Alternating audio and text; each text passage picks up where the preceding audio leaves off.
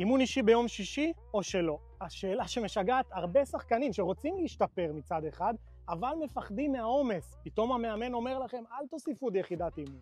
אז בואו אני אעשה לכם ברור מה ההבדל בין עומס לקצב. בסוף העומס נגרם או מהמרחק שאתם עושים באימון, או ממטר ספרינט שעשיתם באותו אימון.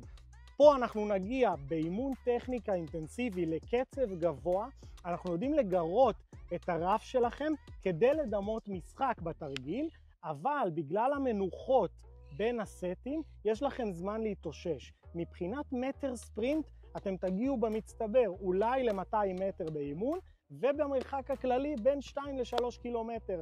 זאת אומרת, גם מבחינת מדדים של GPSים באירופה, זה הטווח האידיאלי לאימון לפני משחק.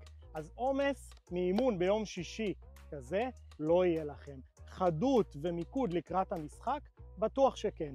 אם יש לכם עוד שאלות ואתם באמת מתלבטים מה לעשות, איך להשתפר בלי לפגוע באימוני קבוצה או במשחקים ובביצועים שלכם בסופו של דבר, שלחו לנו הודעה, תרשמו לנו בתגובות ואני אעזור לכם עם כל מה שיש לכם.